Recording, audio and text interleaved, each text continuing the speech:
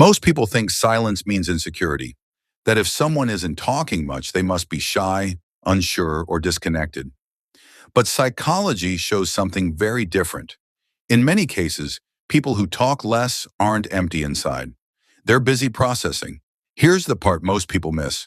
Talking is fast, thinking is slow, and intelligent brains often choose the slower option. Instead of reacting instantly, they observe. Instead of filling silence, they let it exist. Because for them, words aren't free. They have a cost.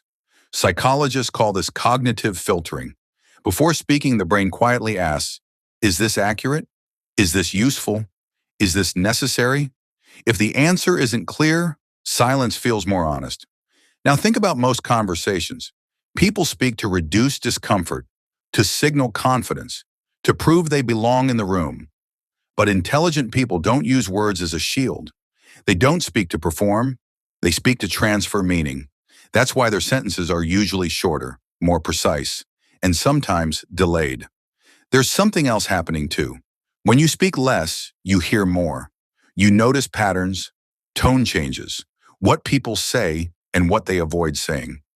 So instead of becoming part of the noise, they become aware of the system. Let me give you a real-life example.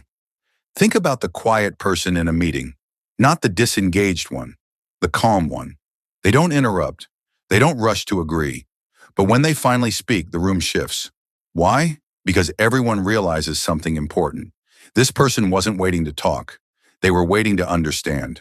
And that's the key difference. Silence in this case isn't withdrawal, it's control. Not social dominance, cognitive control.